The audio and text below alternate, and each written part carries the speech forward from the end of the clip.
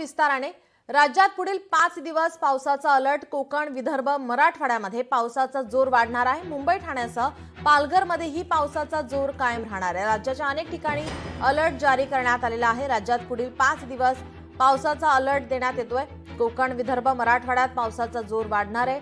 मुंबई, ठाण्यासह पालघरमध्येही पावसाचा जोर कायम राहणार आहे। राज्याच्या अनेक ठिकाणी अलर्ट जारी करण्यात आलाय।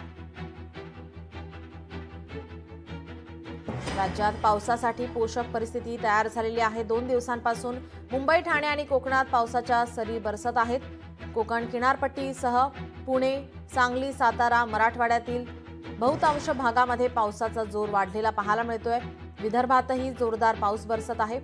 आता अरबी समुद्रावर पावसासाठी वाऱ्यांचे प्रवाह सक्रिय झाल्याने पुढील 5 दिवस कोकण किनारपट्टीसह विदर्भ आणि मराठवाड्यात पावसाचा जोर आणखी वाढणार आहे।